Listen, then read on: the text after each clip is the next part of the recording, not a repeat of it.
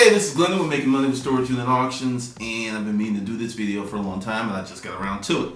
The title of this section, this video, my thoughts, is A&E Storage Wars fake. I did a write-up on it last year, but some things have happened that I've got to kind of add a little bit of extra to what I originally wrote. Number one, do I think the show is 100% totally fake? Depends upon the context, because do I think that they went out and got a bunch of actors? No. There's verified real storage auction buyers, people who've been doing it for years, if not decades. So the buyers are not fake. Is it actually possible to come across a unit with something that wonderful, that nice? Yes, it's happened to me. It's happened to me several times. So one room can literally change your life. What I believe, based on my years of experience and this metric right here, typically I bought 100, 150 rooms before I came across something super nice. We'll define something as super nice as 20, 30K and above. That's how many rooms that I bought. And to put that in the proper context, the average storage auction buyer buys anywhere from 10 to 40 rooms a year. Okay, so with those metrics and that ratios, it could take the average person maybe 5 to 10 years to come across something nice if they're consistently out there buying year after year. I was a hyper buyer. I bought a lot of units, anywhere from 25 to 50 a month. In this business, the more that you buy, the luckier that you become. That's just how it works. Now, back to the show. Based on my years of experience and just what I told you, I assume, I believe, it's my opinion that a certain amount of staging goes on because it has to.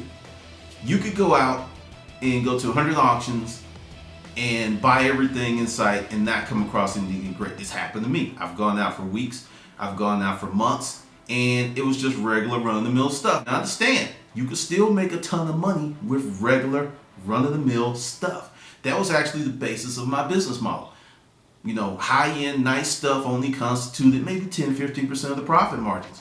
Whereas regular, run-of-the-mill, everyday stuff constituted the lion's share of everything else. Because you go out and you buy a unit for 50 bucks, 200, 300, 400, 500. You turn around and sell everything in there and you make 500, 1500, 2000. You've made something called profit. So you're making money off regular run-of-the-mill stuff. That's one of the things that I teach people. Learn how to sell the regular stuff, because that's what you're going to get 90% of the time. So I like the show with certain aspects I don't. When the show first came out, season 1, I gave it 4 out of 5 stars because compared to the other show that was on, it was the most realistic portrayal of what happens at a storage auction. I even put up the first episode on this channel. You can check it out, because that was more real, that was more authentic, and that was where they started cheering to go behind the gate. I've been to thousands of auctions and no one's ever cheered to go behind the gate. And I understand there's a certain methodology, there's a certain formula for TV. It's entertainment, it's not real, and I get that. I really get that, and I'm not mad at them, because part of the thing is, because I was up for a reality show and it didn't work out, but I think it was one of the best experiences in my life because it taught me a lot about the business and how things work, and I made some good friends. And one friend in particular, he really schooled me on the business. He schooled me on why there are certain formats on television, and he told me what was going to happen before it happened. It was like he had a freaking crystal ball, because he was batting 1,000 out of 1,000. So with that in mind, I'm not mad at A&E. I'm not mad at any of these production companies or networks, because it's business. They know what you as America want, and they're giving it to you. So that's the reality. Where I start to get irritated is the number of people who watch the television shows and think that's gospel, and are telling me, someone with 8 years plus of experience, someone that's bought almost 1,300 units of storage auction, that no, you're wrong and they're right because I saw it on television. You don't know what you're talking about. You need to watch the show so you can learn from the pros. At that point, my buttons started to burn and I became really irritated, because it's gone too far. Understand, If you like being entertained, you think that stuff's cool, you think it's wonderful, you're gonna be out there, buying, if you're gonna be home on your sofa, what I call an armchair storage auction buyer with your 40 ounce or your liquor or whatever you like to drink, great. It's a wonderful thing. But if you're actually thinking about entering into the resale world, and just to make it real clear, whether you're a picker, storage auction buyer, a estate sale person, whatever, you are a reseller. You go out, you source items to resell later at a profit. You're a reseller. Everything falls under that umbrella of a reseller. If you're using that show as a template for your business model, you're going to fail. Because the true aspects of the show, the real aspects of the show, is maybe 10% of the real business. You don't see anyone going to the dump. You don't see anyone, well, I would be fair on Auction Hunters. There was a few times where you saw them fix stuff. But I don't really watch the shows all the time. I have them lined up on my DVR, and when I have nothing else to do, I'll sit back and watch them because I have to, because I'm part of that space. But if you're looking at those shows as a way to get in, I understand. They have benefited me tremendously because people look at the shows, they buy my products, and made a lot of freaking money. So, like I said, I can't just totally throw them under the bus and go, oh no, it's horrible, it's horrible, it's horrible. But your expectations need to be more in line with reality. And you should not be out there spending $300, $400, $500, $600, $700 for a 5x5. You shouldn't be spending that money for a 5x15 or a 5x10 or a 5x15 or a 5x20 or a 10x10. Well, 10x10 maybe. And the thing is, I'm throwing out unit sizes, and if you're going, hey, what the hell is he talking about? You really don't need to be out there. Because for me, in my business model, I had a buying profile based on unit size. And that profile was developed over history, because you spend X amount of dollars on a certain size room, just because chances are you're going to lose. But if you have a buying profile, you have a certain methodology.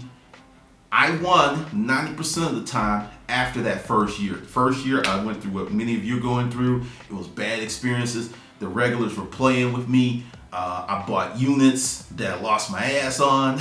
But back then, it wasn't as bad as it is now. I would spend $50 and lose $50. Or I would spend $40. I mean, because, back then there was $5 rooms, $10 rooms. When I first started, a $300 to $500 room, that was a lot of freaking money. So, the things are a little different, but I cut my teeth on a lot of garbage units and I lost money. But I wasn't using my rent money or my mortgage money or my car payment money. Well, shit, I hadn't had a car payment 12 years. I wasn't using any of that to buy units. And if you are a fool. You cannot use money that you need for your daily living expenses to essentially go out there and play around because you're unexperienced. You can't do that. You need money that's above and beyond what you need to live to play this game. So don't do that. Also, jackpot units. They exist, they happen, but the chances of you as a new person getting one, slim to none. Could it happen? Sure, it could happen. Is it going to happen? More than likely, no. Why? Because there's still a group of people out there with a great deal of experience and more money than you, and they know what to look for, and chances are they're going to get them more times than not. Because, sure, some nice units are going to slip through and the newbie's going to get one here and there, but reality, the seasoned professional, the people with experience are going to get those units 8 out of 10 times. And there's a reason for that, because they have experience, because they've been out there. They know how to do their due diligence. And also, there are many people, and this has come to my attention, and those of you who watch the channel who've heard this before, there are still people who watch the show and then the next day they go out to an auction, they don't have locks, they don't know what the hell they're doing, they're thinking that they're going to buy some unit and there's going to be all this wonderful and great stuff in there based on the television shows, which makes me question their sanity, because this channel's been going on since 2009, and I told you, there's crappy units, I've bought units and I've lost my ass, and that's something you need to understand about this business. If you enter into the storage auction business, there's a chance that you're going to buy a unit and you're going to lose your ass. It's going to probably happen to you your first year or two. It's going to happen. If it doesn't, God bless you. But it happened to me, and it happened to a lot of folks I dealt with.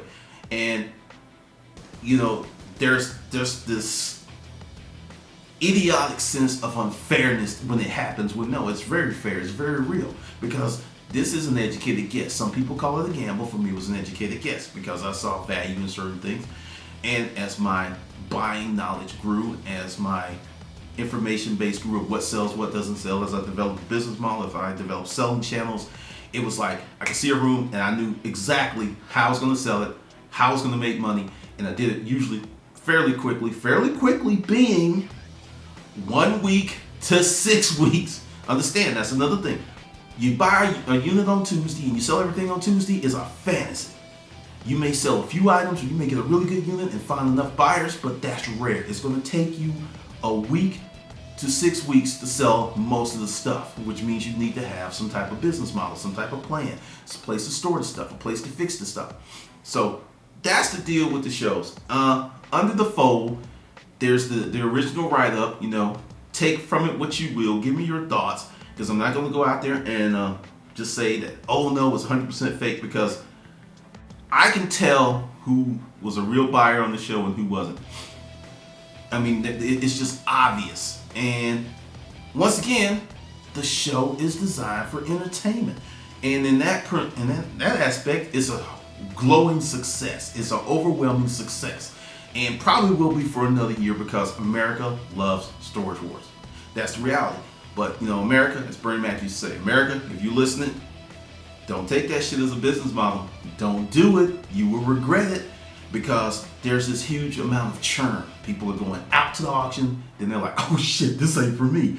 Where if you did a little experience, you know, a little research, you would find out a lot of that stuff. Because if you are afraid of hard work, if you're not an independent thinker, if you're not creative, and if you need someone to tell you what to do, this is not the business for you. It's not. You should stay with picking, or just splunking, or stay, or, you know, going to garage sales and reselling. I mean, that right there is going to be your best avenue, because it takes a lot to be a storage auction buyer. It takes a lot. It's not easy, and I know a lot of people going, hey, I can do it. I can do it. And for every person that says that, there's 250 people who are bailing out every month. Because there's another video I did, you know, called Fallen, about all these people who got in and they couldn't make it. It's a hard business. I mean, I'm not gonna lie to you, it's very hard. But it's fun and it's rewarding if you're diligent and you have a plan and you know what you're getting yourself into.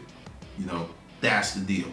And also, like, when I was in the military, I realized something, because when you go to the MEP station, because I went to the Air Force Base in Montgomery, I don't remember the name, but I remember, once you go to the end processing station, they make you say an oath.